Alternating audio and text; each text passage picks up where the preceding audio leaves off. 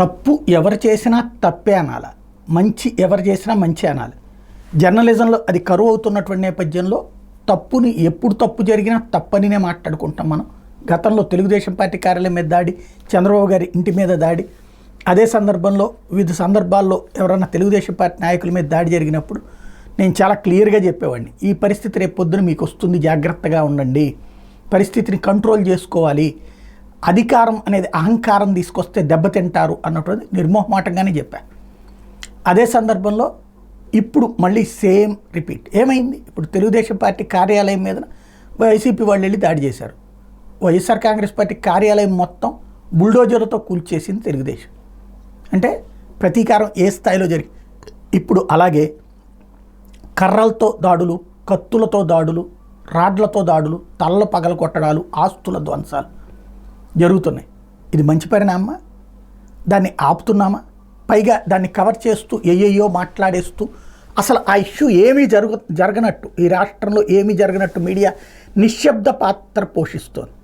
ఇప్పుడు ఉత్తరప్రదేశ్లో జరిగినాయి అట్లాంటివి బాజాప్తా హైలైట్ చేశారు. ఎందుకు?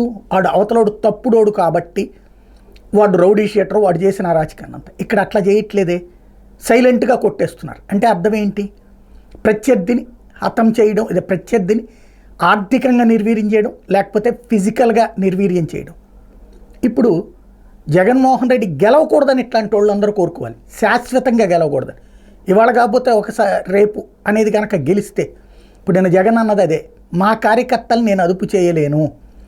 క్రిందటిసారి జరిగింది అదే.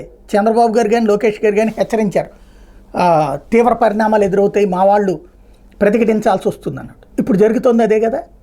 రేపు పొద్దున ఇవాళ కర్ర తీసుకుని వచ్చినటువంటి వాడి మీదకి రేపు పొద్దున కత్తిరాదా? ఇవాళ రోజున ఒకళ్ళని బుల్డోజర్తో పగలగొడితే రేపు పొద్దున్న నీ ఇంటి మీదకి రారా? మధ్యలో పోలీసు ఏం చేస్తారు, ఐఏఎస్లు ఏం చేస్తారు? ఈ జాతిని ఉద్దేశించి చేసే ప్రసంగాలు వినాల్సి వస్తుంది. వాళ్ళు రాజకీయ ప్రసంగాలు కూర్చుని ఆ అధికారులు వినాల్సి వస్తుంది. ఎందుకంటే వాళ్ళు వాళ్ళ పాత్ర పోషించట్లేదు.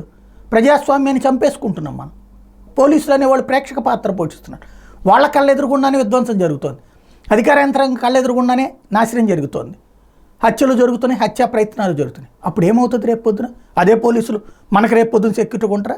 ఇవాళ మన పోలీసు అని చెప్పి మనం అనుకుంటే రేపు పొద్దున మళ్ళీ వాళ్ళ పోలీసు అని వాళ్ళకి వస్తారు.